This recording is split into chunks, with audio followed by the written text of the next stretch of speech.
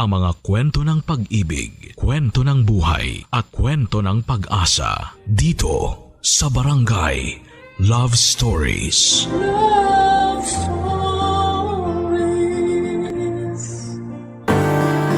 Hindi madaling maging magulang lalo na kung nagkahiwalay na kayong mag-asawa. Hindi mo alam kung paano ninyo maitatawid ang responsibilidad sa inyong mga anak dahil hindi na kayo magkasama sa iisang bubong. Ikaw, kabarangay, bilang isang single parent, kaya mo bang kayaning mag-isa kahit na hindi mo na siya kasama?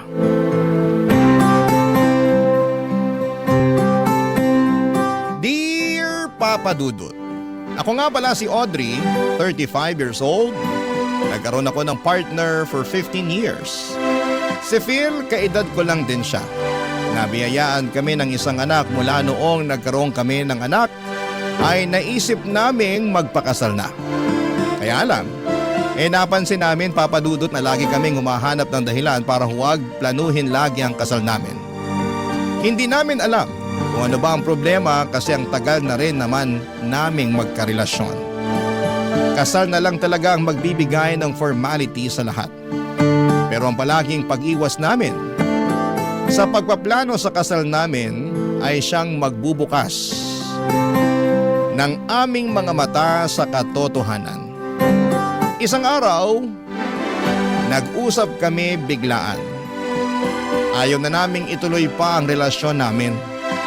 Nag-agree kaming pareho na sapat na ang 15 years na relasyon namin. Walang samaan ng loob. Maginhawa naming tinanggap na hindi na namin pwedeng ipagpatuloy pa ang relasyon namin. Ang nagulat nga ay yung mga kamag-anak at kaibigan namin at nakita kasi nila na halos wala kaming pagtatalong dalawa. Almost perfect na nga raw ang relasyon namin. Walang gulo o kahit na anong issue. Hindi naman namin may paliwanag sa kanila ang nararamdaman lang namin na ayaw na namin sa isa't isa. Alam naming dedepensahan nila yon at sasabihin pwede pang maremedyohan. Pero kasi alam namin dalawa ni Phil na tapos na talaga ang lahat sa amin. At kailangan na lang naming maging magulang sa 6-month-old baby na si Luna.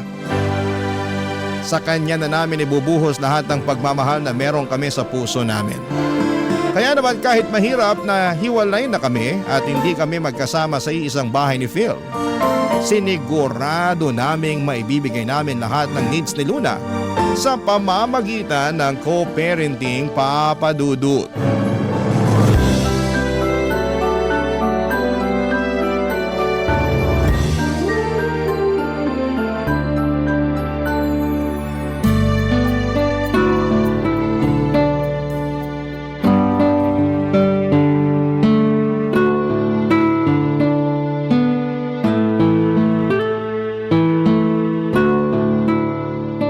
Kakayanin ba natin? Oo naman, tayo pa ba? Paano kung magaya tayo sa ibang magulang na hindi magkasundo sa pag-aasikaso sa anak? Hindi mangyayari sa atin yun. Magtiwala ka sa atin. Ngayon mo lang sinasabi yan kasi nagsisimula pa lang tayo. Hindi mo pa alam kung ano yung pagdadaanan natin. Pagdaanan lang natin kung ano man yung kailangan pagdaanan. Ang importante, lalaban tayo. Pasensya na ha, overthinker lang talaga ang ex mo.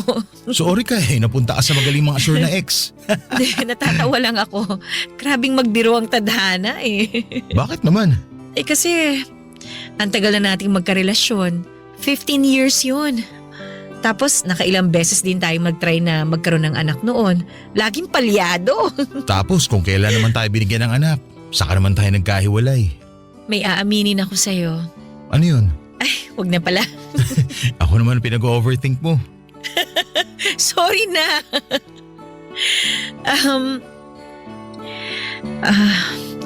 Muntik ko nang ipalaglag si Baby Luna nung nalaman kong nakabuo na tayo. Ano? Kasi naman, pasira na yung relasyon natin noon. Ang gulo na.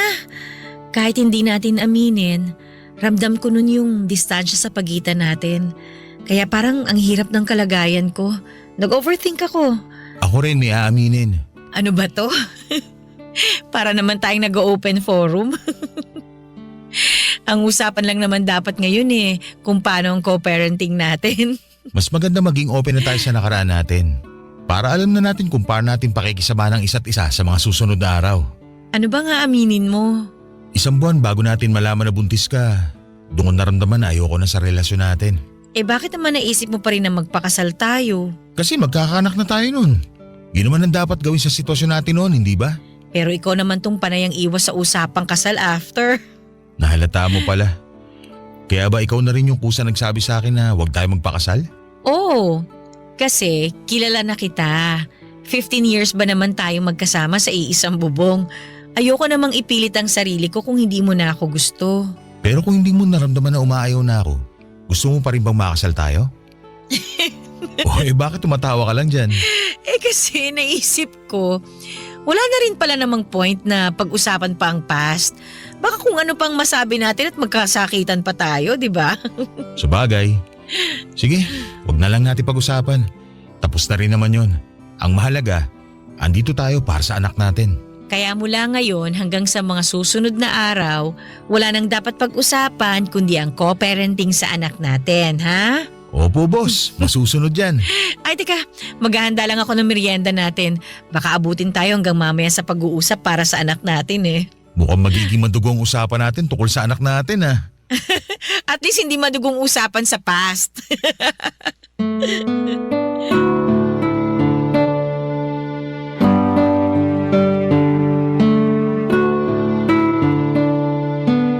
Kung ang ibang babae ay mahilig ungkatin ang past, ako naman ay hindi. Ayoko na. Sa totoo lang ay ganon ako noon at gusto kong pag-usapan namin ni Phil lagi ang nakaraan. Ayoko may gusot pa kami sa past para naman maging smooth lang ang present namin. Pero nung mga oras na yon na pinag-usapan namin ang past ay bigla akong nakaramdam ng pagkailang. Hindi po ako komportable na ungkatin ang totoong nararamdaman namin noon bago kami magkahiwalay.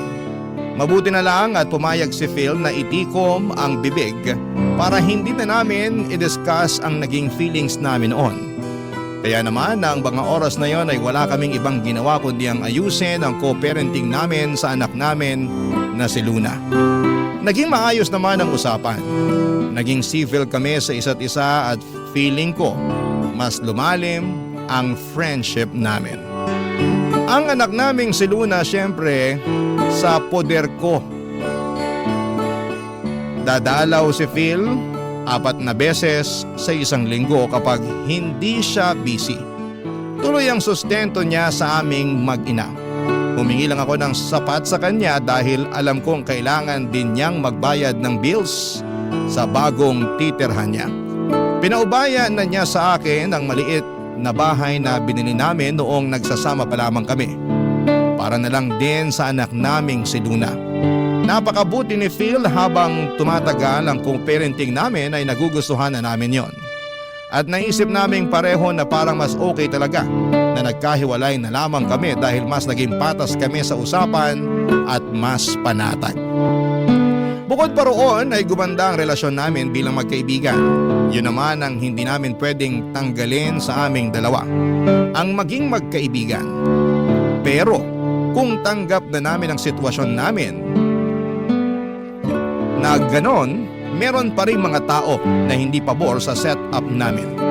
Yon ay ang mga mahal namin sa buhay na gusto kaming magkabalikang dalawa, Papa Dudut.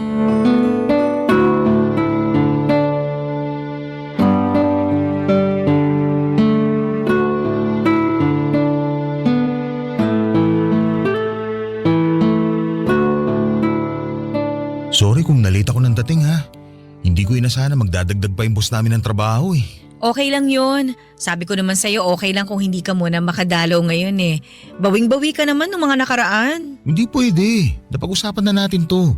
Pagdalaw na nga lang ang gagawin ko, hindi ko pa magawa. Ayos nga lang. Baka naman maumay na ang anak mo sa'yo sa kakadalaw. Ayoko no. Mabuti ngayon pa lang mamemorize niya na yung mukha ko. Saka palagi ko namimiss ang anak natin. Kahit hindi ko schedule ng pagdalaw sa kanya, namimiss ko siya. Ganito pala feeling ng isang magulang, no? Ako nga rin eh. Partida ha, magkasama na kami sa bahay buong araw. Pero kapag lalabas ako, pababantay ko kay mama si Luna. Naku, hindi ako mapakali. Gusto ko na umuwi kagad para makasama ang anak natin. Ay, kamusta pala ang mama mo? Ang tagal ko nang hindi sila nakikita ng papa mo ha. Pakisabi, nabanggit ko sila sa'yo ha. Baka mamaya magtampo na sila sa akin. Ay nako, mas mabuting wag muna kita banggitin sa kanila. Oh, bakit naman? Eh kasi kukulitin lang nila ako. Kukulitin? Ano, makipagbalikan sa'yo. Ah, kuha ko na. Ganyan din si nanay at tatay sa akin. Bakit daw hindi na lang natin ayusin ang relasyon natin? At kapag sinabi nating maayos naman tayo sa isa't isa, mas lalo nila tayong ipupush na magkabalikan. Kasi nga okay naman daw tayo. Eh bakit hindi na lang daw tayo magsama ulit? Hindi naman daw pala tayo magkagalit tulad ng iba. Alam mo ba, rinding-rindi na ako sa kanila sa tuwing kinukumusta kanila ha. Lalo na si mama, lagi nagpaparinig na mahirap maging single mom. Na kesyo kailangan ko pa rin daw ng kasama dito sa bahay sa pag-asikaso kay Luna at kung ano-ano pa. Ang sabi naman ni tatay, maganda magsama pa rin tayo kasi raw kailangan ko raw bantayan kayo ni Luna bilang haligi ng tahanan. Ay, parehas din sa sinabi ni Papa sa akin. Nagkakampihan na silang lahat. Pati nga si na ate. Sinusulsulong pa si nanay at tatay na i-push na ayusin na tong relasyon natin. Sayang naman daw yung 15 years. Kawawa raw si Luna. Eh sabi ko, paano magiging kawawa? Eh busog nga siya sa pagmamahal at atensyon natin. Sinabi ko na rin yan. At saka sabi ko, kahit hindi naman tayo magkasama sa isang bahay, na ibibigay pa rin natin lahat ng kailangan ni Luna. Kaso ayaw pa rin nilang magpatalo no? Sasabihin nila na kesyo mas maganda pa rin kung magkasama ang dalawa. ay nako, yan mismo ang linya ni na mama. Paulit-ulit. Sabi ko nga, i-record na lang nila para hindi na sila mapagod kakapangaral. Sa susunod talaga, ako na magre-record ng mga advice nila para ipe-play ko na lang kapag naisip nilang makialam ulit. Order tayo ng recorder online. Sana matanggap na nila yung bagong setup natin, no? Oo nga eh. Tayo nakamove on na, sila ayaw pa rin talaga. Hindi ko rin naman sila kasi masisisi. Nasanay sila na magkasama tayo, tsaka walang broken family sa angkan namin eh. Ako lang yata ang nagpasimula. Hindi naman tayo broken family ah. Walang broken sa sitwasyon natin.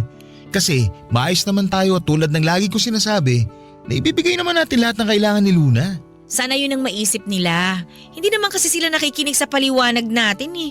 Puro na lang yung iniisip nila ang gusto nilang maintindihan natin. Hayaan mo sa susunod na gaganyan sila sa akin, lalaban na talaga ako. Siguro kailangan ko na rin maging matapang sa paghindi sa kanila. Para hindi na sila umulit na mamilit. Sasabihin ko sa kanila ng paulit-ulit na hindi na kita mahal. Ako rin!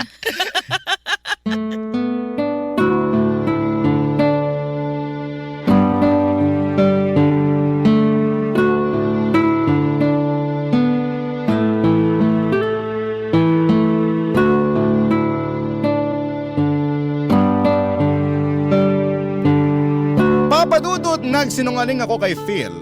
Mahal ko pa rin siya. Walang nagbago.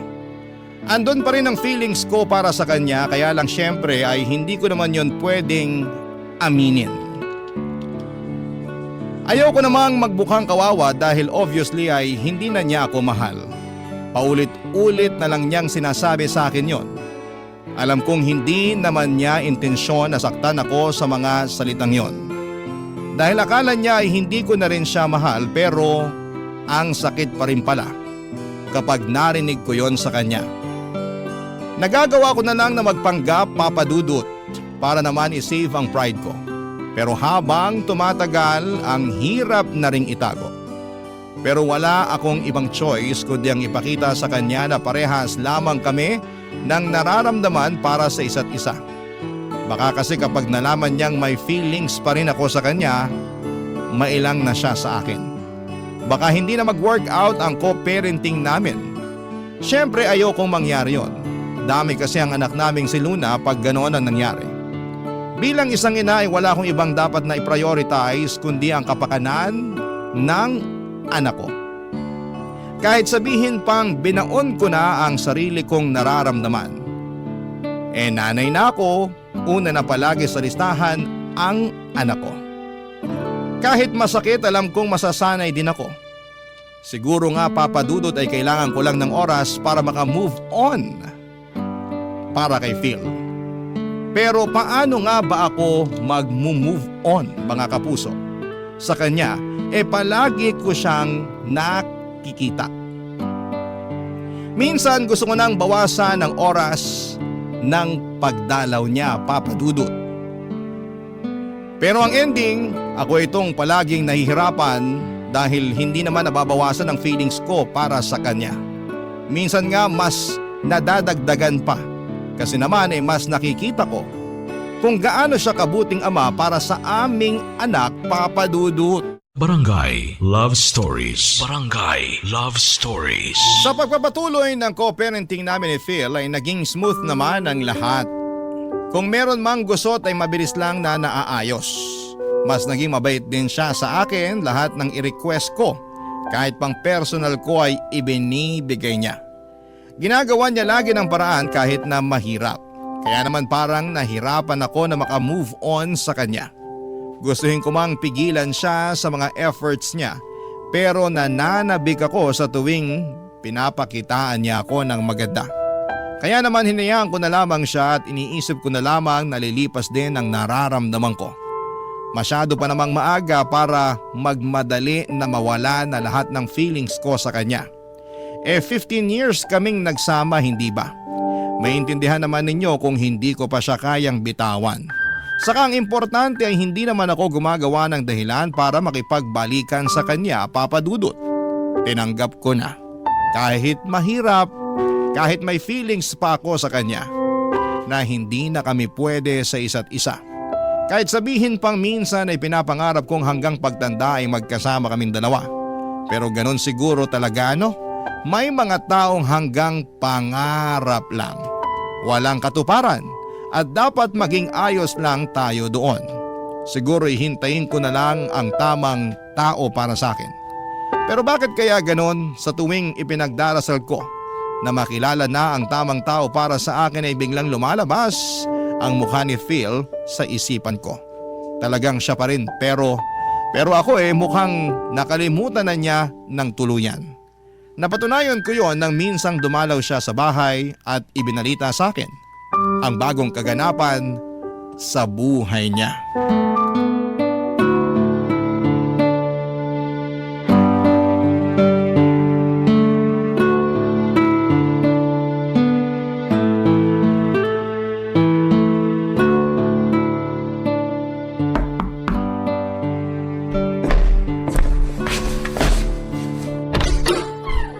Oh, bakit ngayon ka lang?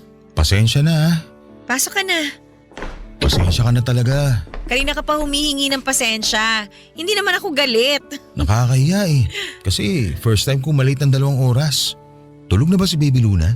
Oh, pero pagising na rin yun sigurado kaya sakto lang din ang dating mo. Kumain ka na ba? Nagprito ako ng ham at itlog. Baka gusto mong sabayan ako kumain.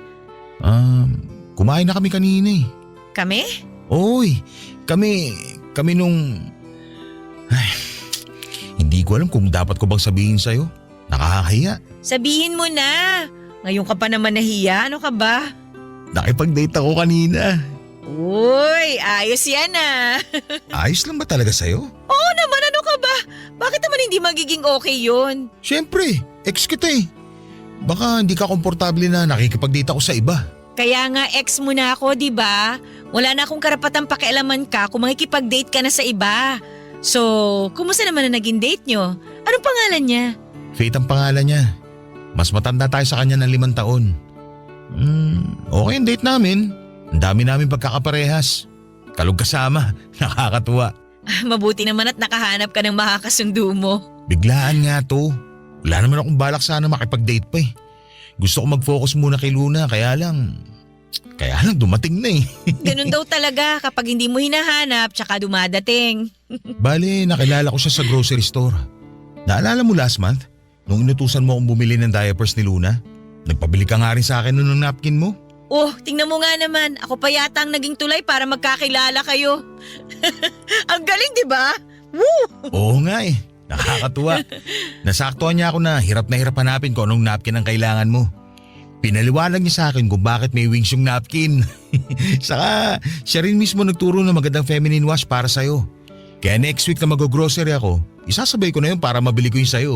Salamat ka mo kay Faith dahil bigla ako nagkaroon ng regalong feminine wash galing sa'yo. Nakakatuwa siya. Simple mga bagay lang din ang nagpapasaya sa kanya. Parang ikaw. Parang ako? Oo. Medyo naalala nga kita nung kasama ko siya eh. Halos parehas kayo ng ugali. Siguro talagang mga katulad mo ang trip ko sa babae. Pero Phil, Ano yan? wag mo na ako masyado ibida kay Faith sa next na date ninyo. Para naman hindi siya mailang.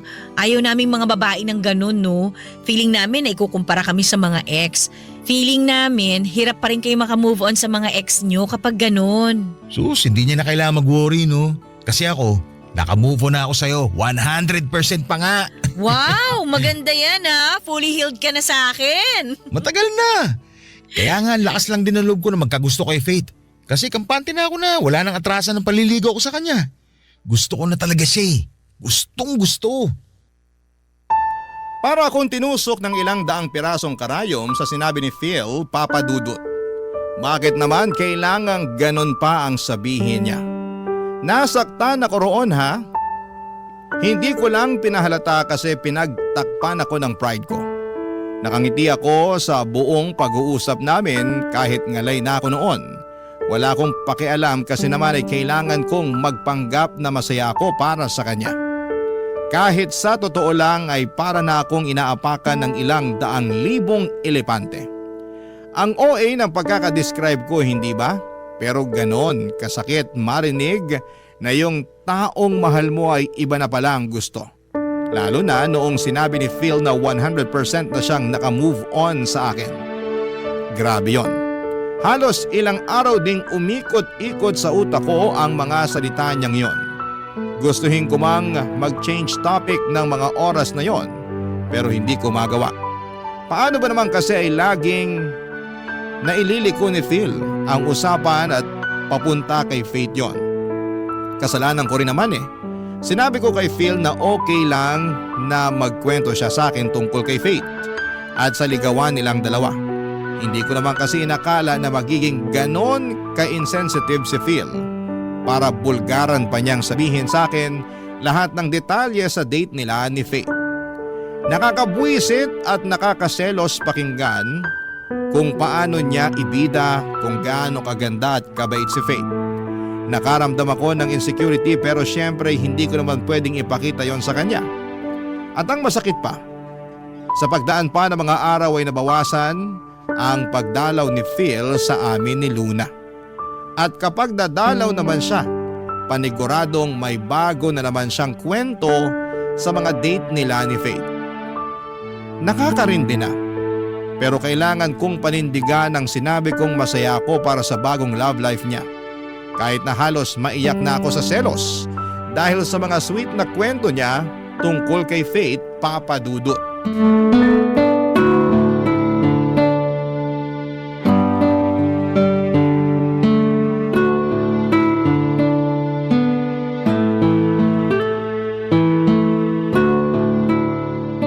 Ikaw, Phil ha? Bakit? Tanggalin mo nga yung ngiti sa labi mo. Nakita mo na nga seryoso at galit ako eh. Sorry na. Ang happy ko lang kasi ngayon. Unang mansari namin bukas ni Faith. At alam mo ba, marami na akong plano para bukas. O teka, di ba sasamahan mo ako para sa check-up ni Baby Luna bukas? Ha? Bukas na ba yun? Wala, sorry. Nakalimutan ko. Kaya ako nagtatampo sa iyo eh. Nakakalimutan mo ng schedule mo kay Baby Luna. Madalas ka pang late pag pumupunta dito. Tapos nababawasan na rin yung araw ng pagdalaw mo. Pagpasensya mo na ako, Audrey. Ngayon lang ulit ako naging masaya eh. Ngayon lang naman to. Nagsisimula pa lang naman kami ni Faith. Alam mo naman siguro yung ganitong feeling, hindi ba? Anong ganyang feeling? Yun yung mga unang araw, linggo at buwan nyo bilang magkarelasyon. Di ba puro kilig lang? Yung tipong ayaw nyo mawalay sa isa't isa. Ganun kasi ang nararamdaman ko ngayon kay Faith eh. Alam ko, nababadoyan ka na pero totoo kasi. Wala akong pakialam kung kiligin ka o para ka nakalutang sa ere dyan sa relasyon nyo ni Faith. Ang sa akin lang, sana sumunod ka naman sa schedule na napag-usapan natin para kay Luna. Ngayon lang ako papalya para sa schedule kay Luna. Pagbigyan nyo na sana ako ha. Hindi ko kasi alam na may schedule talaga. O baka nakalimutan ko lang din. Masyado kasi ako nag-e-enjoy magplano ng first mansary date namin ni Faith. Unawain mo naman ako, please. Ay nako, Please, Audrey. Please. babawi ka sa susunod ha. Oo naman. Bawat kasalanan at pagkukulang ko sa inyo ni Luna, doble ang ibabalik kong bawi. Promise yun. Oo na, ang hirap mo palang ma-in love. Masyado kang OA. Uy, huwag ka nga. Ganito ka rin naman noon ah. Kailan naman? Nung tayo. Nung tayo. Hindi mo na ba talaga maalala yung unang buwan ng relasyon natin? Kahit yung pakiramdaman lang? Medyo. Naiintriga ako ah. Ano yung naalala mo sa atin? Kung paano ka umeffort sa first mansary natin? Sige nga. Anong ginawa ko sa first mansary natin ha? Nag-camp tayo sa Rizal. Tapos hinanda mo lahat ng paborito kong pagkain. Diregaluhan mo rin ako ng mga pangarap kong bilhin na libro. Alam mo hindi ko afford no ng mga librong yon pero pinag-ipunan mo para mabigay lang sa akin. Kala ko nakalimutan mo na eh. Eh paano ko ba makakalimutan yun? Ikaw itong unang lalaki na nagtrato sa akin ng tama. Pinakita mo na pwede pala akong itrato parang prinsesa. Prinsesa ka naman talaga noon. Noon lang? Kasi reyna ka na ngayon. Ikaw ang nanay ng anak ko eh. Yan! Yung ganyang banat mo ako nakuha nun eh. Hari ka ng pangbobola. Ang dali ko tuloy na bilog. Hindi kita binola noon. Lahat ng sinabi ko sa'yo, totoo. Lahat yun galing dito sa puso ko ha. Nung sinabi mo na gusto mo yung sungki-sungki kong ngipin, totoo ba yun? O plastic ka lang? Totoo yun ha. Sa mga hapon, cute ang ganyang ngipin. Tsaka bumagay sa dimples mo. Nung sinabi mong cute ang mataba kong pisngi, totoo ba yun? Yan nga ang favorite ko rin sa'yo. Kasi mukha kang malambot na marshmallow lalo kapag nakangiti.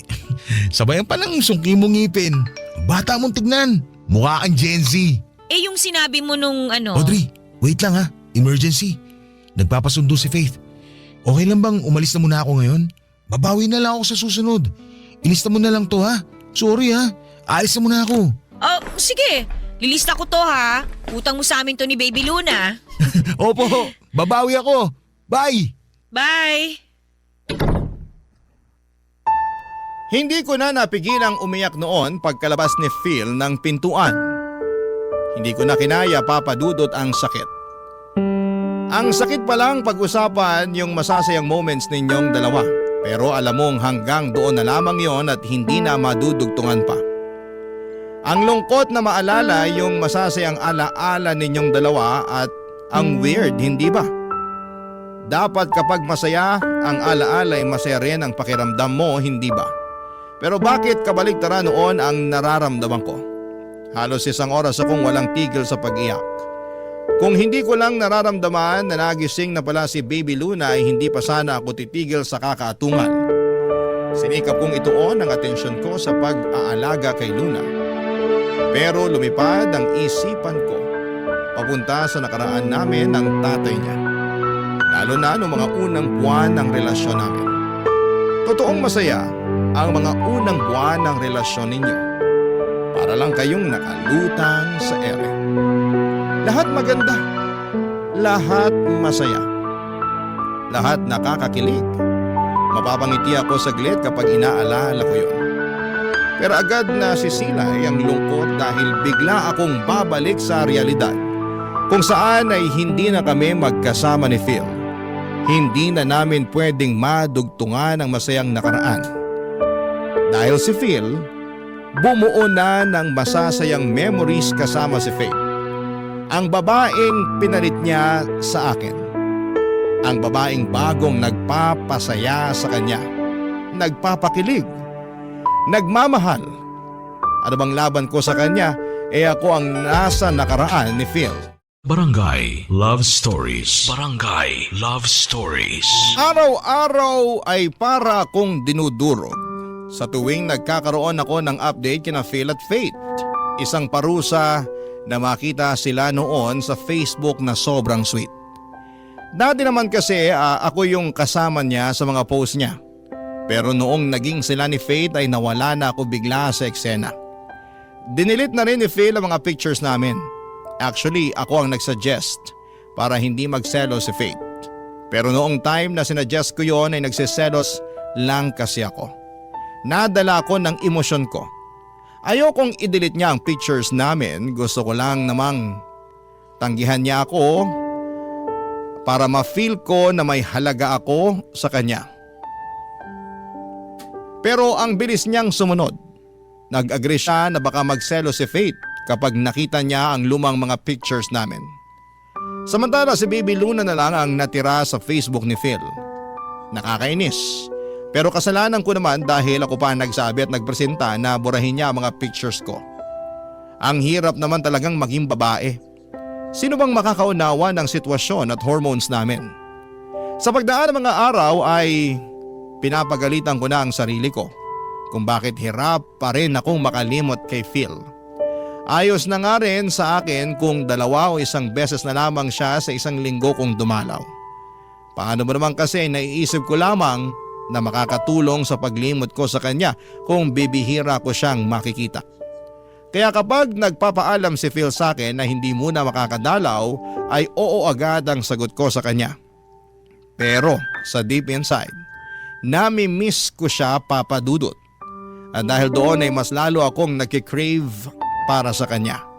Mas lalo akong nahihirapang makamove on sa kanya, Papa Dudut.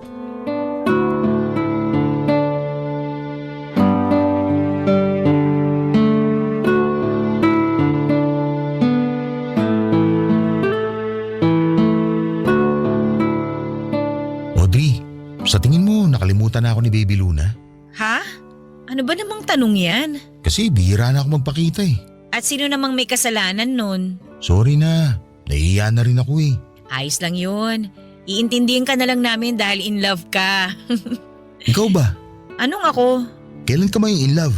Oy, hindi porket in love ka ngayon dapat ako rin. Gusto lang naman kita makita masaya. Masaya naman ako Ang saya-saya ko nga Ewan ko lang kung papayag ka pero may rereto sana ako sa'yo. Pinsan ni Faith, naghahanap ng girlfriend. Naisip ka agad kita. Baboy nito! Ha? Nag-iisip ka ba? Irereto mo ko sa kamag-anak ng girlfriend mo? Ex mo ko, Phil, ano ka ba? Baka lang nakakalimutan mo ha? Hindi ako tropa mo na pwedeng ireto lang sa kamag-anak ng girlfriend mo, no? Sorry pero nakita ko naman kasi na matino yung pinsan ni Faith. Jake nga pala pangalan niya. May negosyo saka… Ganyan ka na ba ka-insensitive ngayon? Pakinggan mo muna kasi ako. Maayos si Jake. Tapos… Ako ang pakinggan mo kasi ilang buwan na ako nagtitimpi sa pagiging manhid mo. Anong ibig mo sabihin? Yan, tingnan mo na. Wala kang ideya kung bakit ako sumasabog ng ganito sa'yo ngayon? Ganyan ka kamanhid. Diretsahin mo kasi ako para maintindihan ko. Ang bastos mo para ireto ako sa iba. Gusto lang naman kita maging masaya. Hindi ako masaya, Phil. Peke lahat ng sinasabi ko sa'yo. Ni minsan hindi ako naging masaya na may bago ka ng karelasyon. Hindi ako natutuwa at mas lalong hindi ako kinikilig sa tuwing nagkukwento ka sa akin tungkol sa mga date niyo ni Faith. Ha? Akala ko ba? Akala ko rin Akala ko kaya kong maging masaya para sa'yo. Gusto ko naman talaga Kasi naniniwala ako na kapag masaya ang tatay ng anak ko, aapaw yun at maaambunan mo si Luna. Oo, at nagagawa mo yun sa anak natin. Pero hindi naman ako maambunan kahit konting saya. Phil, masakit pa rin. Pinaplastic ko na ang sarili ko. Ilang buwan na. Ayoko na ng ganito. Mahal mo pa rin ba ako, Audrey? Hindi ko alam. Oo, siguro. Baka. Gusto ko ng klarong sagot. At kung klarong oo, anong gagawin mo? Ititigil ko na ang relasyon namin ni Faith. Gagawin mo yon para sa akin? Oo. Kasi kayo naman ni Luna ang priority ko. At nag-promise ako na kapag hindi ka pa okay na magkaroon ako ng bago, hindi ko gagawin. Gusto kong maging masaya ang nanay ng anak ko. Kasi kapag masaya ka, aapaw yun sa anak nating si Luna, hindi ba? Yan ang dahilan kung bakit gusto kitang hayaang maging masaya kay Faith kahit ang sakit. Kasi ang bait mo Ginagawa mo ang lahat para iparamdam sa amin ni Luna na kami pa rin ang una para sa'yo. Kayo naman talaga palagi ang una Pero minsan nararamdaman ko na hindi na ako kasali sa inuuna mo. Sorry kung naiparamdam ko yun sa'yo nitong mga nakaraan. Babawi ako. Makikipag-cool off muna ako kay Faith para maayos natin ang sitwasyon natin. Hindi mo kailangang gawin yon. Gagawin ko yun. Ayoko makitang malungkot at nasasaktan ka dahil sa akin. Pinangako ko sa sarili ko na kahit natapos na tayo, hindi ko hahayaan na maramdaman mo na nag-iisa at nalulungkot ka sa sitwasyon mo.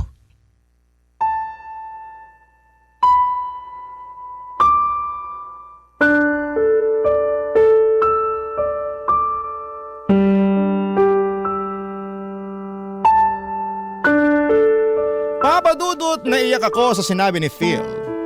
Naramdaman ko ang sincerity sa mga sinabi niya. Kilala ko siya, 15 years kaming nagsama. Niyakap ko siya at nagpasalamat. Doon ay biglang gumaan ang pakiramdam ko. Yun lang naman pala ang kailangan ko, assurance. Assurance na kahit meron na siyang bago hindi pa rin niya kami pababayaan ni Luna. Kaya naman doon lumuwag ang pakiramdam ko at nasabi ko na sa kanya na ituloy na ang relasyon niya with Faith. Walang halong kaplastikan yon. Gusto kong maging masaya siya kahit na walang ibang rason o kadahilanan. Alanganin pa rin si Phil noong una pero hinawakan ko ang kamay niya at sinabing magiging okay din ako balang araw. At para mapatunayan yon sa kanya ay kinuha ko ang number ng pinsan ni Faith na si Jake para pagbigyan sa date. Binigay naman ni Phil at sinabing okay lang din kung magbago ang isip ko sa pakikipag-date. Pero sinabi ko sa kanya na kailangan ko na rin i-explore ang ibang mga options. Gusto ko na rin na mapagaan ang sarili ko at makilala rin ang iba. Sincero naman at totoo ako noong binitawan ko ang mga salitang yon. And after a week ay nag-date kami ng pinsan ni Faith na si Jake. Totoong maayos naman siya. Walang halong kayabangan at very gentleman pa. Kalug din at parehas kami ng humor. Umabot nga ng halos buong araw ang date namin. Si Phil muna ang nag-alaga kay Luna para makapag-date ako with Jake. Gabi na noong nakauwi ako at naabutan ko si Phil sa sala at nanonood ng TV. Naupo ako sa tabi niya at ready na siyang makinig noon sa nangyari sa date namin ni Jake. Napansin ko sa kanya kung gaano kasaya at ka-excited ang itsura niya habang nakatingin sa akin para sa updates ko. Nang mga oras na yon, papadudot.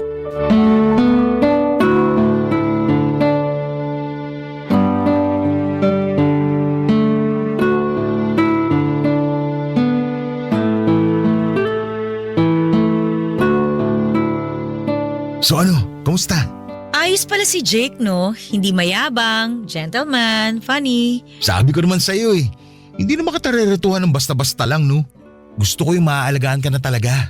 Ayoko magpaalaga sa kanya Anong ibig mo sabihin? Walang next date para sa amin. Ha? Akala ko ba ayos si Jake para sa'yo? Ano ba talaga? Ang gulo niyo talaga mga babae, no? Ayos naman talaga siya. Pero hindi ko maramdaman yung gusto kong maramdaman Walang spark. Ginudge mo naman kasi kaagad. Baka kailangan na second date.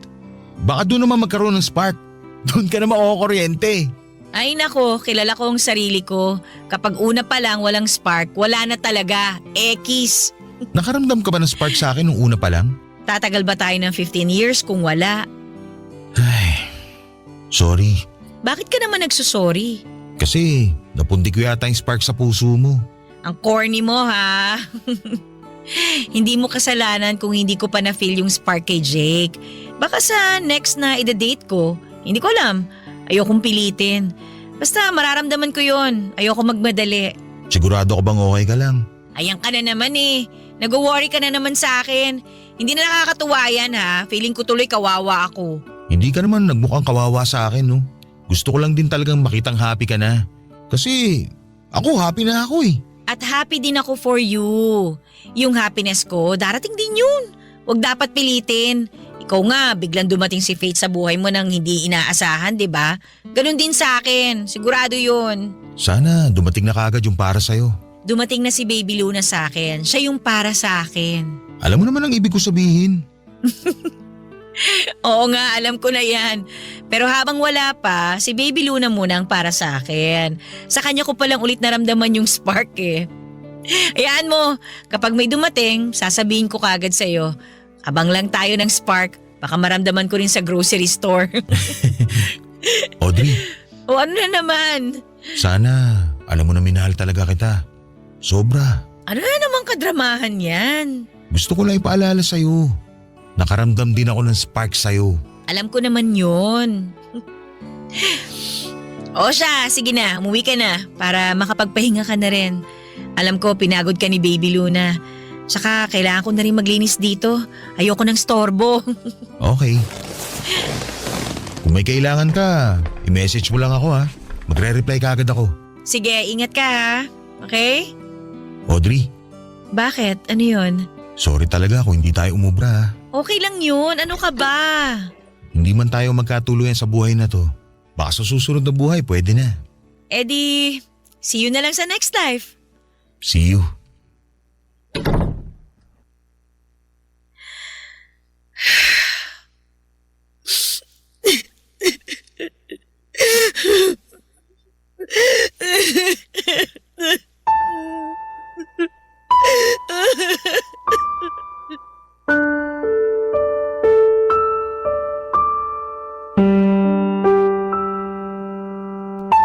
Baka nga sa susunod na buhay ay doon na kami payagan na magkatuluyan. Baka may kailangan lang kaming matutunan ngayon sa isa't isa sa buhay na ito. Kaya kami pinagtagpo pero hindi pinunta sa dulo.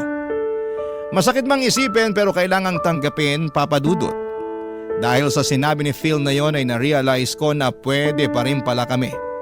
Pero baka sa susunod na buhay na namin yon.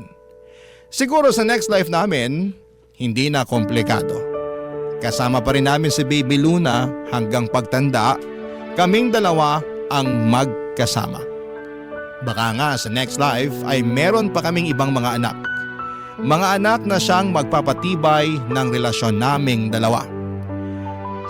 Ang sarap lang isipin na ganon nga ang pwede kong abangan kung totoo ang reincarnation. Sana sa susunod na buhay, pagbigyan na kami ni Lord. Kahit na isang buhay lang ay maitama namin ang lahat ng pagkukulang at mali namin sa buhay na ito. Kahit na isang buhay lang. Pero sa ngayon ay kailangan kong harapin ang lahat ng ito sa buhay ko ngayon. Ito kasi ang realidad. Hiwalay kami ni Phil at ang nag-uugnay lang sa amin ay si Luna at sa usapan namin co-parenting sa kanya. Sa buhay na ito ay kailangan lang siguro naming tanggapin na ito ang role namin sa mundo. Maayos naman kami, kahit masakit, siguro balang araw ay mawawala rin yung lungkot na nafe-feel ko. Kasi siguro balang araw ay makikilala ko ang tamang tao para sa akin sa lifetime na ito. Hindi ko pa man siya nakikilala pero ramdam ko na kaagad na magiging masaya ako para sa kanya. At magagawa ko nang makalimutan lahat ng gabi na umiiyak ako dahil sa hiwalayan namin ni Phil. Balang araw, darating din siya. Darating kapag hindi na kailangang hanapin. Maraming salamat po sa pagbasa ng aking liham. Sana ay nakakuha kayo ng inspirasyon at ng lakas para ipagpatuloy pa ang buhay. Kahit minsang nasaktan ang mga puso ninyo sa pagkakawalay sa taong inaakala ninyong makakasama ninyo hanggang sa dulo. Masakit man, pero kailangang tanggapin. Ang inyong kapuso at kabarangay forever, Audrey. Anong say mo sa Barangay Love Stories na ito? Pagkwentuhan natin sa comment section yan. Ang mga kwento ng pag-ibig, kwento ng buhay at kwento ng pag-asa dito sa Barangay Love Stories. Love Stories.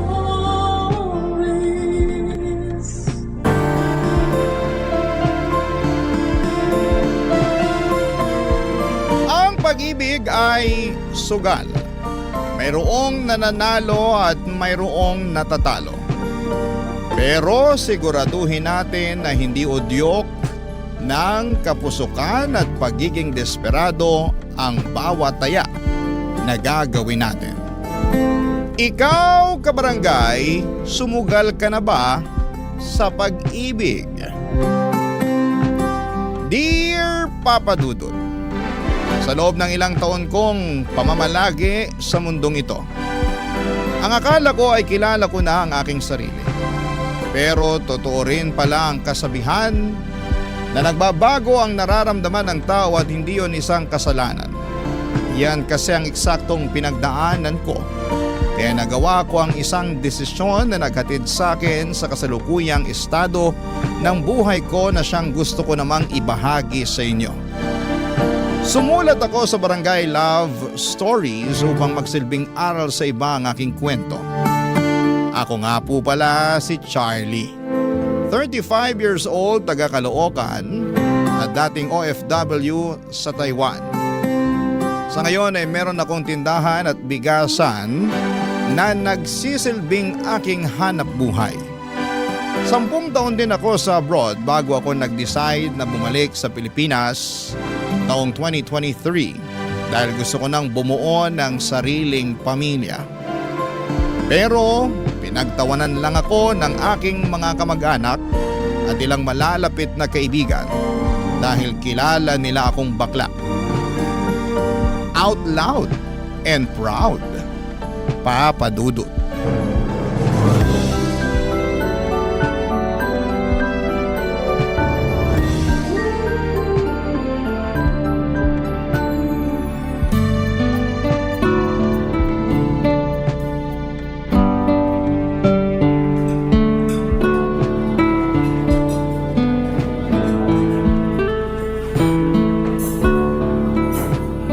Bakit hindi mo ko pinagtatawanan kagaya nila?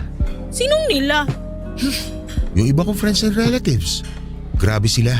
Nung sinabi ko na plano ko mag-asawa ng babae at magkaanak, tawang-tawa nakita ko pa mga ngalangala. Sarap sungal-ngali ng mga pes. Hindi ko gagawin yun, no? Pero di mo rin sila masisisi kasi matatawa talaga sila dahil bakla ka. Tapos biglang gusto mo mag-asawa at magkaanak. Baka yung magkaanak, pwede pa. Pero yung mag-asawa ng babae, medyo kakaiba. Bakit? Meron din naman akong ano ah. Oo, alam kong meron ka nun. Kaya makakabuntis pa rin ako. Andun na tayo. Pero sigurado ka na ba? Oo naman. Bakit hindi? Ipapaalala ko lang sa'yo na hindi basta-basta yung pag-aasawa ha. May kasabihan nga yung mga matatanda na hindi raw to parang kaning isusubo na iluluwa kapag napaso. Saka sure ka na ba na gusto mong talikuran yung pagiging bakla? Pag nagkaasawa ka na kasi ng babae, dapat sa kanya ka lang nakatingin at wala ka ng karapatan na magkagusto sa iba. Lalo na sa mga gwapo at machong lalaki. Ganun ba yun? Siyempre, kailangan loyal ka lang sa asawa mo, no? Kaya nga tinatanong kita kung sigurado ka ba na gusto mo talagang magkaasawa ng babae. Kasi kung anak lang ang habol mo, ibang usapan na yun. Alam ko naman yun. At thank you sa concern mo pero oo yung sagot ko. Pinag-isipan ko na to na maraming beses. At bago ako umuwi rito sa Pinas, nakapag-decide na akong talikuran ng pagiging bakla ko. Gusto ko na magbalik loob at magpakalalaki. Okay, pero baka mahirapan ka pa rin humanap ng babae na magiging asawa mo. Kasi iba-iba naman ang gusto ng tao. Yun nga eh. Paano ko ba sisimulan? Saan ako magsisimula kung sakali? Makipagkilala ka. Kaibiganin mo, ganun. Ipakita mo na seryoso ka sa intensyon mo dun sa babae. Lalo na kung gustong-gusto mo na siya. Be patient din kasi kaming mga babae medyo matagal mag-decide. Pinag-iisipan pa kasi namin kung bibigyan namin ng chance yung manliligaw namin o hindi. Okay. Noted sa mga sinabi mo. Pero ang pinaka-importante sabihin mo sa kanya yung past mo. Para dun pa lang, alam mo na kung matatanggap ka niya o hindi. Pag matanggap ka niya, mas malaki ang chance mo na malaman kung compatible kayo. Acceptance is the key. Tama nga naman. Salamat, Beshi. Ikaw lang talaga yung napagsabihan ko ng plano kong to. Nakakatuwa nga kasi hindi mo ko pinagtawanan. Sabi ko nga, hindi ko gagawin yun lalo na wala namang dahilan.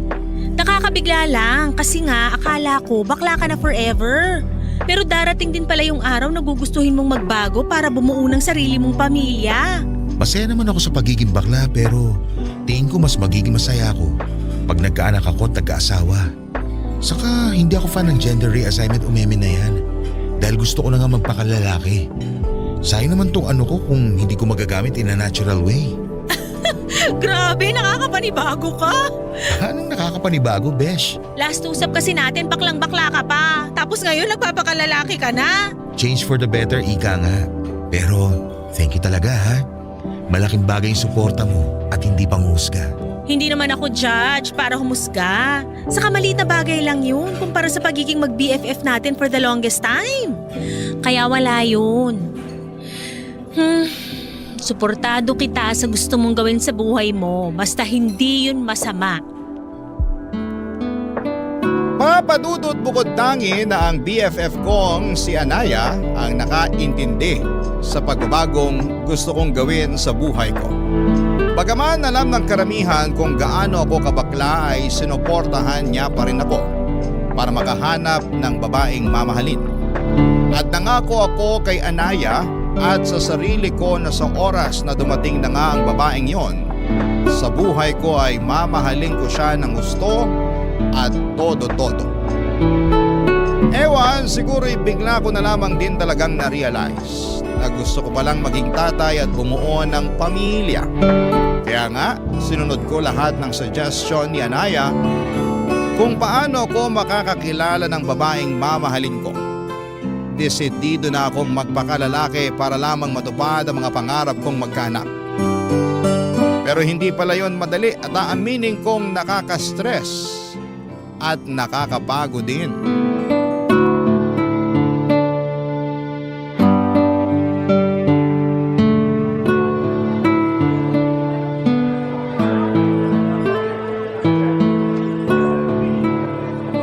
Oh, tapos? Nag-meet kayo? Oo, kaya lang narealize ko na hindi ko pala siya gusto. Bakit naman? Mas malaki pa katawan kaysa sa akin eh. Baka mabugbog naman ako nun at mabalian ng leeg pag nag-away kami. Hoy, hindi naman siguro. Anong hindi siguro? Ramdam na ramdam ko yung pagiging dominante niya nung magkasama na kami. Bigla tuloy ako lumambot na ewan. Hindi ko mapanindigan pagiging lalaki. Nakakatakot si Ates. Kung tingin mo, di kayo okay, baka di nga talaga. Mahirap naman kung ipipilit natin, di ba? Tama. Okay lang yan. Hanap na lang uli ng iba. Yun nga yung ginawa ko tapos may nakausap kagad ako sa Facebook. Ay wow, ang bilis! Siyempre, Tapos, ano nangyari? Kamusta pag-uusap nyo? okay naman. Nagja-jive kami tapos feeling ko na-fall na ako kaya lang. Pagkalipas ng 1 linggo, inutangan na ako. Ay, kaloka yan! Partida, hindi pa kami nagkikita. Pinautang mo ba? Oo, kasi marupok ako. Ayun lang. Nagbayad naman ba? Yun nga, hindi pa. Pero nangako naman na babayaran kaya lang nangutang ulit sa akin. Ayun, binlock ko na. Ayoko nang ganun na akala mo may patagong pera. Kahit naman ako, ayoko ng ganyan. Di ba? Grabe, hindi pala madaling makipagkilala at makahanap ng matinong babae online. Mukhang lahat may sapak sa utak. Aray ko naman. O bakit? Tinamaan ka no? Kunti, pero iba naman ako sa kanila. Ay oo. Siyempre ibang-iba ka talaga sa mga babaeng nakadate ko no? Sige nga, paano ako naiba sa kanila? Dali. Teka lang, titigan muna kita para masagot ko ng on point yung tanong mo. Game na ha? Eme lang yun. Huwag mo na sagutin. Saka huwag mo na nga akong titigan. Naiilang ako eh. Ay grabe naman siya sa naiilang. Hindi ka naman siguro matutunaw sa titig ko no? Hindi nga, pero wag na. Sinujoke lang din kita. Okay, fine. Pero ano pa bang gagawin ko para makakilala ng mapapangasawang babae? Sinunod ko naman yung mga payo mo sa akin kaso wala pa rin eh. Diba, sabi ko rin, be patient. Sabi mo nga, Yun muna gawin mo tapos ituloy mo yung pakikipagkilala. Saka wag lagi online. Pwede ka rin mag-join ng community ng mga hilig mong gawin. Halimbawa, running, walking, cooking, and baking. Poetry, mountain climbing. Kahit nga pag-jump rope may group na sa Facebook eh. Makipagkaibigan ka dun. Malay mo dun mo mahanap yung babaeng para sa'yo. alam mo tama ka. Lagi naman akong tama. Ay wow, confident yan? Sarili ko nga lang kakampi ko most of the time tapos aawain ko pa. Hindi ko naman sinabing awayin mo sarili mo ha. Eme lang. Ay nako, puro ka eme. At ikaw naman parang di na mabiro. Huwag mo masyadong seryosohin mga trip ko. Paano kung gusto ka tang seryosohin? Ha? Wala. Sabi ko maganda ka pala. Ay, ba't di mo lang nalaman yan? FYI, matagal na akong maganda. Alam ko naman yun. Pero noon kasi syempre mas maganda ako sa'yo. Baklang to? Sinong bakla? Walang bakla rito ha. Lalaki na ito. Oo nga pala, di ka na nga pala bakla. Sorry naman. Eme lang din. Buti pa, order na lang tayo ng drinks. Treat ko. Iyan ang gusto ko sa'yo, galante. Papadudot habang nagsasalita si Anaya at kino-comfort niya ako ay bigla na lamang akong natulala habang nakatitig sa kanya. And for some reason ay napangiti ako kasi nakita ko na mayroon pala siyang dimple sa pisngi. Nagulat na nga lang ako noong tapikin niya at gisingin sa pagde-daydreaming ko. Ewan ko ba, pero gandang-ganda ako sa BFF ko ng araw na yon. Sa kabila ng lahat alam kong imposible na makagustuhan kami kasi in a relationship na si Anaya. At malamang ay na-appreciate ko lang yung concern, sincerity at dedication niya na makahanap ako ng babaeng makakamatch. At kung papala rin ay magugustuhan at mapapangasawa na rin. Alam ko na suntok sa buwan ang gusto kong mangyari. Pero naniniwala ako kay Anaya na magtatagumpay pa rin kami. Napasabi na lamang ako ng mabuti na lamang at naging BFF ko siya. Dahil napaka-optimistic niyang tao, Papa Dudut. Barangay Love Stories. Barangay Love Stories. Papa Dudut, nagkamali ako. Noong inakala kong hindi ako magkakagusto kay Anaya dahil nakita ko na lamang ang sarili ko na hindi na interesado sa paghahanap at pakikipagkilala sa ibang babae dahil sa kanya. Mas gusto ko na lamang na siya ang kausapin at kinikilig ako sa tuwing lumalabas kami para magkita at mag-update ng mga ganap namin sa buhay. Posible pala yun, no? Yung ma-inlove ka sa best friend mo. Pero uulitin ko na hindi na pwede dahil in a relationship na si Anaya sa boyfriend niya for 5 years. Nakilala ko na rin naman yung lalaki na yon once sa video call kasi nasa Taiwan pa ako noong naging sila. Okay naman yung guy, gwapo, mestizo pero hindi katiwa-tiwala ang mukha. Hindi naman sa panghuhusga. Pero napatunayan kong tama ang kutob ko nang nagkwento sa akin si Anaya na ilang beses na raw siya nitong niloko at ang syunga na naman ng BFF ko dahil ilang beses na rin po itong pinatawad. At nung araw nga na yon na muli kaming magkita at napakwento na naman si Anaya ng problema niya.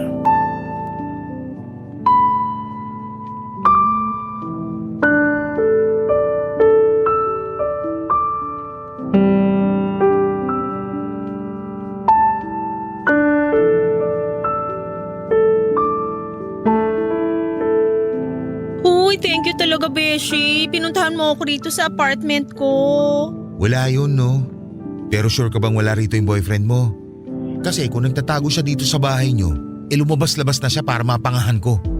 Sumusobra na siya sa ginagawa niya sa'yo, ha? Wala talaga siya rito kahit halugugin mo pa yung buong apartment namin. Nasaan ang ungas na yon? May team building sila sa Tanay for 2 days. Pero di ako sure kung totoo yung sinasabi niya. Malay ko ba baka gawa-gawa lang niya yun kasi gusto niya lang makasama yung babae niya. At pinayagan mo naman? Oo. Boba ka pala eh. Anong magagawa ko? Maayos naman yung paalam niya. Maayos ka pero hindi mo alam kung nagsasabi siya ng totoo. Ganun na nga. Kung ako sa'yo, nagsakit-sakitan ako para hindi na siya umalis. Ayoko namang gawin yun, no? So, mas gusto mo na patuloy saktan niya sarili mo at magpakatanga sa lalaking yon? Anong magagawa ko? Mahal ko. Saka kasalanan ko naman kasi masyado akong pakialamera eh. Sinilip ko kasi yung phone niya, ayun. Nabasa ko pa tuloy yung recent convo nila ng babae niya sa messenger. Tapos wala ka man lang ginawa. Wala. Hinayaan ko lang sila. Ay, boba ka nga talaga. Ayoko na kasing mag-away kami uli ng boyfriend ko nang dahil lang doon. Huli nga ang away namin, kamuntik na niya akong hiwalayan kaya nadala na ako. Kung ako sa'yo, matagal na ako nakipaghiwalay sa kanya. Buti sana kung hindi ito yung unang beses na niloko ka niya. Baka maintindihan ko pa siya at pinatawad ko siya. Day, hindi dapat nakaregister sa Anli ang pagpapatawad. Magising ka nga sa kabubuhan mo sa lalaking yun. Ay, ewan ko. Di ko rin maintindihan sarili ko. Parang tanggap ko naman na hindi yung sitwasyon namin. At alam ko kung paano ako makakaalis pero di ko ginagawa. Siguro kasi natatakot ako na baka di na ako makahanap ng kagaya niya. Ang tagal na rin namin eh. Mas matakot ka kung makahanap ka pa ng kagaya niyang manluloko at manipulative. Saka, aanin mo yung tagal ng relasyon nyo kung puro sakit naman ang ulo yung binibigay niya sa'yo. No wonder napapanot ka na sa stress. Seryoso? Napapanot na ako? Joke lang, pero malapit na. Ha? Alam mo nang broken hearted na yung tao pero gino-joke time mo pa ako. Sorry na. Pero ano ba magagawa ko ginusto mo naman yan. Dapat nga sa mga oras na to, hiwalay na kayo eh. Pero hindi pa rin eh. Hindi ko kasi talaga kayang makipaghiwalay. Mahal na mahal ko eh. Masyado ka lang nabubulagan. Mabuti pa, mag-inuman na lang tayo. Wala akong alak dito. Ako nang bahala, bibili ako sa labas. May malapit na convenience store dyan, di ba? Oo, meron. Samahan mo na rin ang mga sitsirya at saka shawarma. Gutom na ako. Baka mabilis ako malasing. Ako nang bahala. Inom tayo para mailabas mo lahat-lahat ang sama ng loob mo. Para kahit paano gumaan yung pakiramdam mo. Yun na lang maitutulong ko sa'yo saka syempre yung presence ko. Basta, andito lang ako. Iyakan mo, kwentuhan mo, paglabasan mo na sama ng loob. Thank you talaga, Beshi. Hulog ka ng kisame. Che! Papadudot, bukal naman sa puso ko noong i-comfort ko si Anaya. At totoo rin ang galit ko para sa boyfriend niya. Pero loyal sa cheater niyang karelasyon ng kaibigan ko. Kaya masarap din siyang tuktukan sa ulo. Sa kabila ng lahat alam kong hindi na muna tungkol sa akin ng lahat dahil kailangan ako ni Anaya para samahan siyang umiyak at magmukmok. Doon ko na siya niyayang mag-inom para lalo niyang mailabas ang kanyang nararamdaman. Pero habang lalo kaming tinatamaan ng alak ay mayroon akong naiisip gawin. Bagay na maituturing kong hidden agenda. Hindi nagtagal ay tuluyan ng nalasing si Anaya. Doon ko nakita ang kaharutan niya kapag merong alak sa kanyang sistema. Panay dikit niya sa akin kaya tinalaban ako at bigla na lamang lalong uminit ang aking katawan. Hindi nagtagal ay hinalikan ko si Anaya at laking gulat ko na hindi siya pumalag. Tapos ay lumalim ang mga halik na yon. Doon na may nangyari sa amin ng BFF ko, Papa Dudut. Kinabukasan, nag-decide kaming kalimutan na lamang ang lahat dahil malinaw pa sa sikat ng araw na nagtaksil siya sa boyfriend niyang manluloko. Kahit na anong paliwanag ko kay Anaya na ayos lamang yon dahil cheater naman ang boyfriend niya, ay pinagdiinan pa rin niya sa akin na ayaw niyang tumula dito. Aaminin kong nakaramdam ako ng konsensya sa ginawa namin pero hindi naman ako nagsisisi dahil mahal ko na rin naman si Anaya. Pero wala na akong nagawa noong humingi siya ng space para makapag-isip-isip. Hinayaan ko na lamang siya at pinagpatuloy ko ang pakikipagkilala sa ibang mga babae. Pero makalipas lang ang 3 linggo ay tinawagan ako ni Anaya at pinapunta niya ako sa apartment niya, Papa Dudut.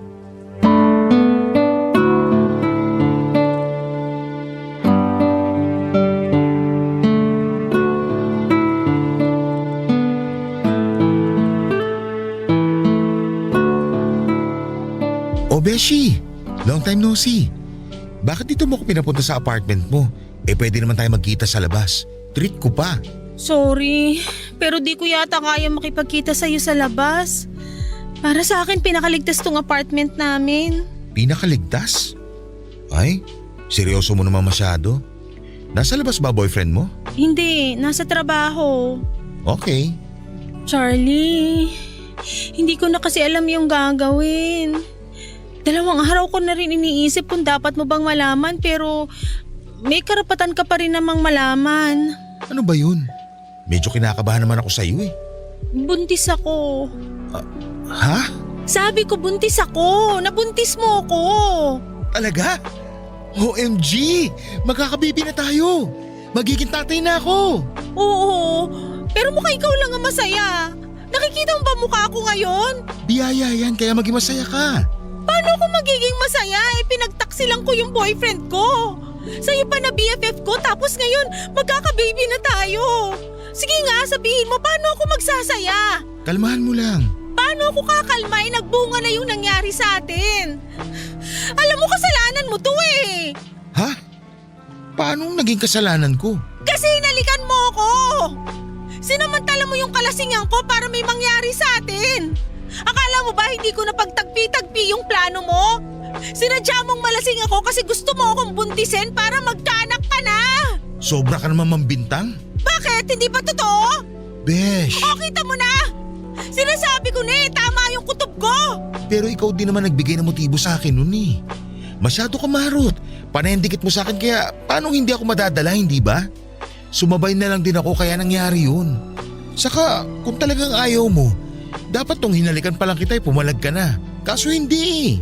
Hinayaan mo lang din na may mangyari sa atin. Kumalma ka nga. Magkakababy na tayo kaya tanggapin mo na lang. Malamang hindi ko matatanggap tong batang to. Saka paano ko sasabihin sa boyfriend ko na buntis ako pero hindi siya yung ama? Gusto mo ako na magsabi. Sira na ba ulo mo? Baka pag nalaman niya to, gulpihin ka niya. Subukan niya papupulis ko siya. Saka siya pa to may karapatang magalit eh. Siya nga tong una ng loko sa inyo. Anong sinabi mo? Sabi ko manloloko yung boyfriend mo. Matagal ka na niyan niloloko. Ikaw lang nagpapakatanga na manatili sa relasyon nyo. Lagi mo na lang sinasabing mahal mo siya. Pero ito ang mahiwagang tanong. Mahal ka ba niya? Sa nakikita ko kasi hindi. Ikaw lang yung nagpapauto sa kanya sa totoo lang. Oo, alam ko na nagpapauto lang ako. Alam ko na lahat yan, di mo na kailangang isampal sa mukha ko. Pero choice ko pa rin naman na hindi siya hiwalayan kahit na paulit-ulit niya akong niloloko. Tawagin mo na akong boba o kung ano pang gusto mong itawag pero wala akong balak makipaghiwalay sa kanya. O anong plano mo ngayon sa anak natin? Hindi ko alam. Naguguluhan ako. Kasalanan mo talaga lahat to eh. Siguro nga may kasalanan ako pero andyan na yan eh. Nakabuo na tayo. At alam mo na gustong gusto kong magkaanak, hindi ba? Oo, pero hindi ko naman nakalain ako yung mabubuntis mo. Magkaibigan tayo, Charlie. Bakit ako pa? Bakit mo ako tinalo? Alam mo namang may boyfriend na ako at kahit na gaano pa siya kamanloloko, ayokong ibalik sa kanya yung ginagawa niya sa akin. Hindi ko na alam gagawin ko. Masisiraan na ako ng ulo.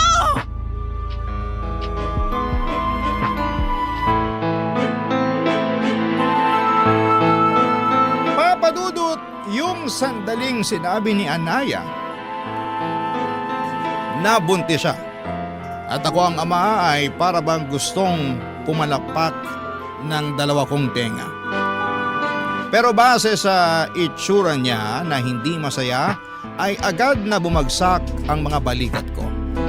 Hindi kasi yon ang reaksyon na gusto kong makita sa kanya. Pero ano magagawa ko kung hindi nga niya ginustong may mangyari sa amin at ang masahol pa raw ay nagbunga yon ng bata. Masakit din palang makita na may namumuong galit sa iyo ang kaibigan mong tinuring na mahalaga sa buhay mo. Yon kasi ang eksaktong pinaramdam sa akin ni Anaya at sa magiging anak namin ng mga panahong yon. Papadudot, alam ko na kasalanan ko rin naman dahil sinamantala ko ang kanyang kahinaan. Pero desperado na akong magkaanak at gusto ko na siya ang magiging nanay. Minsan, may mga bagay talaga tayong magagawa ng dahil sa kapusukan. Papadudot. Barangay Love Stories. Barangay Love Stories.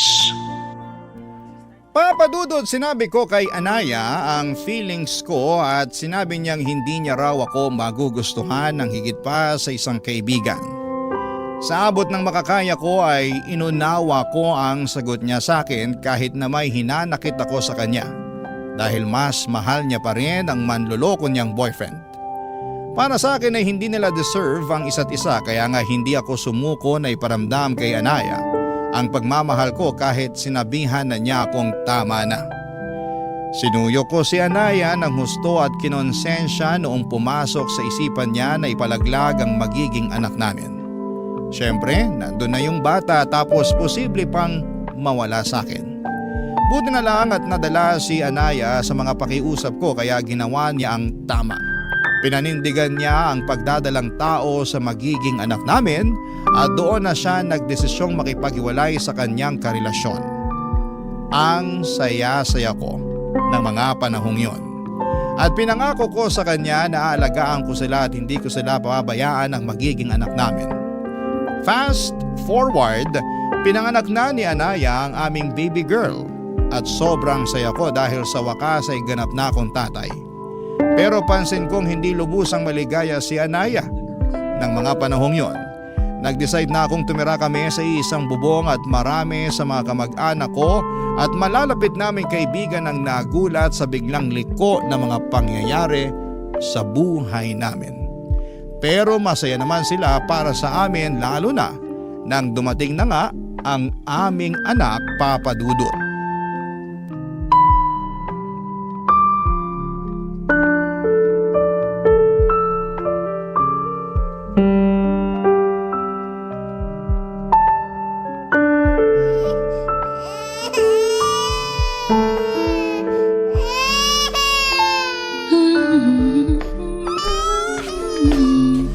Uy, Anaya, Ano ba yon? mamaya kabagin to kasi napasukan na ng maraming hangin sa tiyan. Kanina pa yata umiyak yung baby natin pero hindi mo man lang mabuhat. Anong kanina pa? Kargahin ko nga muna si Kakaiyak lang baby yan, para no? tumahan. Wala ka kasi rito kaya makapambintang ka, wagas. Wala ako rito kasi nandun ako sa kusina at busy ako sa pagluluto ng hapunan natin. Saka hindi naman sobrang laki nitong bahay natin para hindi ko marinig pag umiyak si baby. Kaya hindi ako nang bibintang para sa kaalaman mo. Oh, edi sana kanina ka pa pumunta rito para patahanin yung anak mo kung kanina mo pa naririnig na umiiyak. Ganun lang yung kasimple. Pinapakomplikado mo. Pinakikiramdaman ko pa kasi kung may gagawin ka. Pero wala eh. Inuuna mo pa yung… Teka, ano ba yung ginagawa mo? Nagmo-mobile games ka ba? Oo, paki mo ba? Nakasilent naman ah. Last time di ba sinita mo na ako na masyadong maingay? Naiistorbo yung tulog ng batang yan? Bakit ba ganyan ka magsalita? Ano na naman bang mali sa pagsasalita ko? Lahat na lang sinisita mo eh. Paano hindi ko sisitahin eh lumalabas na wala kang pagmamahal sa anak natin? Baka nakakalimutan mo na anak mo rin tong batang to. Sa'yo siya nang galing. Hindi ko nakakalimutan yun, no? Paano ko makakalimutan eh hanggang ngayon sariwa pa rin yung hiwa ko sa tiyan nang dahil sa batang yan? Nakakadiri kung alam mo lang. Anong nakakadiri pinagsasabi mo dyan? Nakakadiri yung sugat ko sa tiyan. Tapos ang sakit-sakit pa pag nagkikikilos ako ng husto. Kaya paano ko mamahalin yung anak mo? Eh sa tuwing nakikita ko yan, naalala ko lang lahat. Naalala ko kung paano mo ako pinagsamantalahan noon kaya nagkahiwalay kami ng boyfriend ko. Lahat yun bumabalik pag nakikita ko yung anak mo. Kaya hindi ko siya kayang mahalin katulad ng gusto mong mangyari. Kung galit ka pa rin, sa akin na lang. Huwag naman sana sa anak natin na wala namang kasalanan. Hanggang ngayon ba naman hindi ka pa rin makamove on? Mahal na mahal mo talaga yung ex mo, no? Oo! At wala ka ng pake! Meron akong pake. Kasi kami ng anak mong kasama mo ngayon. Bakit ba hindi mo na lang tanggapin yung buhay natin? Na tayo na yung magkasama. Na meron tayong anak at sariling pamilya. Saka nangako ko sa'yo na hindi ko kayo pababayaan ng anak natin. Hindi pa ba sapat yun para mahalin mo ako kahit konti?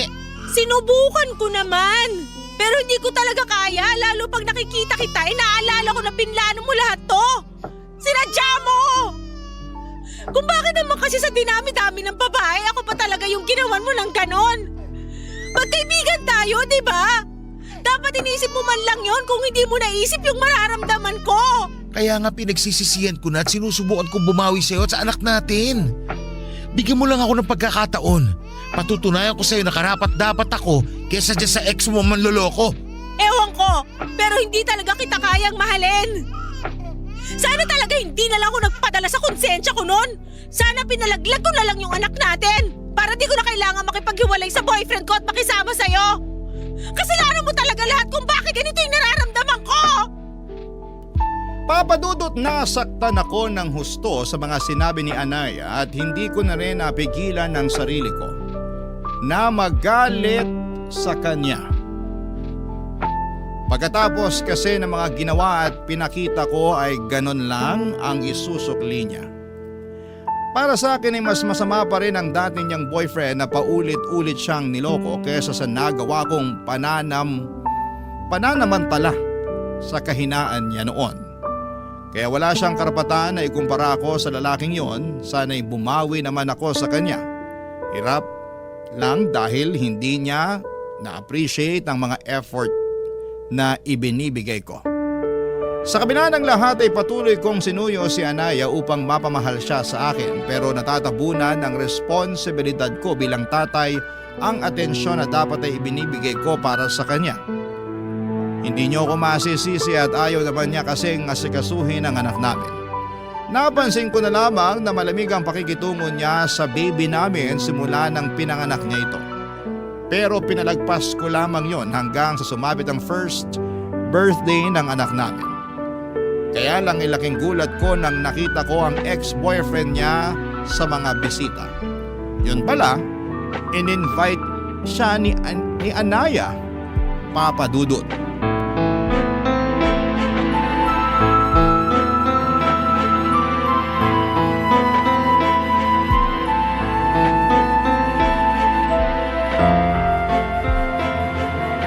Halika nga!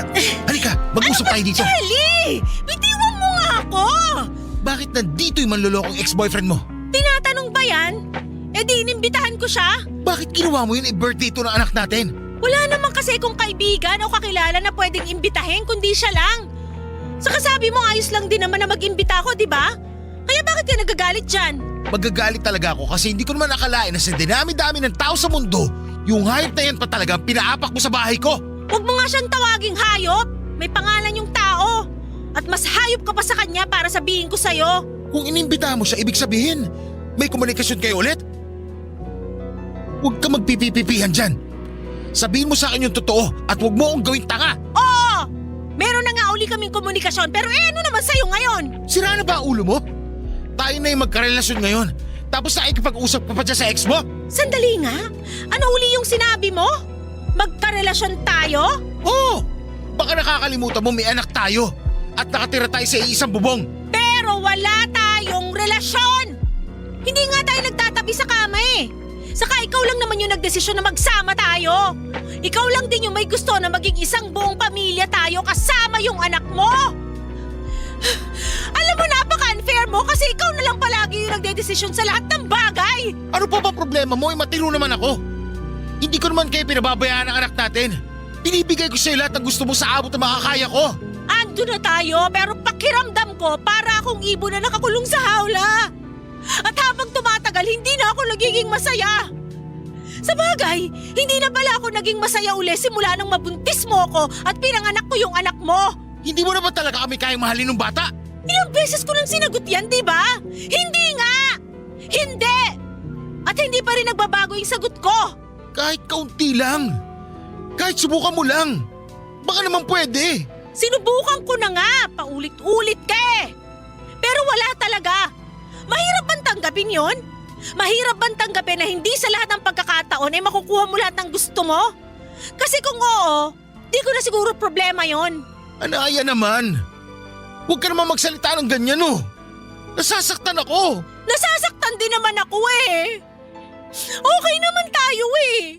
Maayos ang pagkakaibigan natin. Masaya tayo sa kung ano lang yung relasyon na meron tayo noon. Pero bakit kinailangan mo yung sirain? Bakit kailangan mo akong sirain? Ano ba kasalanan na nagawa ko sa'yo? Sinuportahan ko lang naman yung kagustuhan mong magkaanak, di ba? Pero hindi ko sinabi na gamitin mo yung katawan ko para matupad yung gusto mong mangyari. Hindi ko rin sinabi na mahalin mo ako kasi sinabi ko na sa'yo noon na wala akong nararamdaman para sa'yo kundi pagkakaibigan lang. Pero mapilit ka kaya lalo lang ako nagtanim ng sama ng loob sa'yo. Ngayon pagod na ako. Alam ko na kung wala akong gagawin, habang buhay kong pagsisisihan na nakisama ako sa'yo at sa anak natin kahit na hindi talaga ako masaya. Ayoko na! Gusto ko nang maging malaya sa inyong dalawa!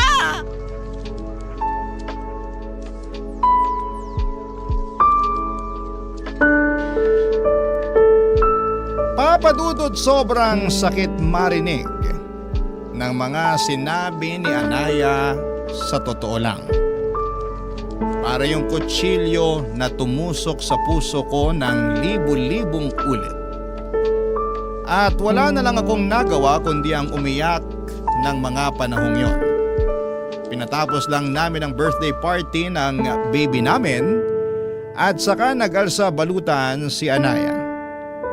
Sinabi niya sa akin na ayaw na niyang tumira kasama sa amin ang anak niya. Noong tinanong ko kung saan siya pupunta ay hindi niya sinagot. Pero malakas ang kutob ko na sasama na siya sa ex-boyfriend niya. Kaya kahit masakit at masama ang loob ko ay hinayaan ko na siya. Papa Dudut, pagod na po akong ipaglaban ang nararamdaman ko para kay Anaya. Gayong ilang beses niya na ring sinabi na hindi niya ako kayang mahalin. At sapat na sigurong pinatunayan ko sa kanya na kaya ko siyang isalba laban sa manloloko niyang ex-boyfriend. Pero sa huli ay mas pinili niya pa rin ito. Ang lungkot-lungkot ko ng mga panahong yon, pero alam ko na bunga lamang din yon ang kapusukan ko. Hindi lang pagkakaibigan namin ni Anaya ang nawala, kundi pati na rin si Anaya na mahal ko. Sa kasalukuyan ay magkasama kami ng anak ko na namumuhay. At kahit na challenging ang maging tatay at nanay ay masasabi ko na masaya at kontento po ako sa buhay. Palagi ko pa rin naiisip si Anaya, pero ayoko na lamang ilugmok ang sarili ko at umasa na isang araw ay magbabalik pa siya para sa amin ang anak niya. Dalangin ko na lamang kung saan siya naroroon ay nasa maayos siyang kalagayan at sa wakas ay naranasan na ulit niyang maging masaya. Maraming salamat po, Papa Dudut, sakaling mapili po ninyong i-ere ang istorya ng buhay ko at sana'y kinapulutan po ito ng aral ng ating mga kabarangay. Lalo na yung mga mapupusok dyan sa pag-ibig. God bless and more power po sa Barangay Love Stories. Ang inyong kapuso at kabarangay forever, Charlie. Ano ang masasabi mo sa ating Barangay Love Stories today? Aabangan namin yan sa aming comment section.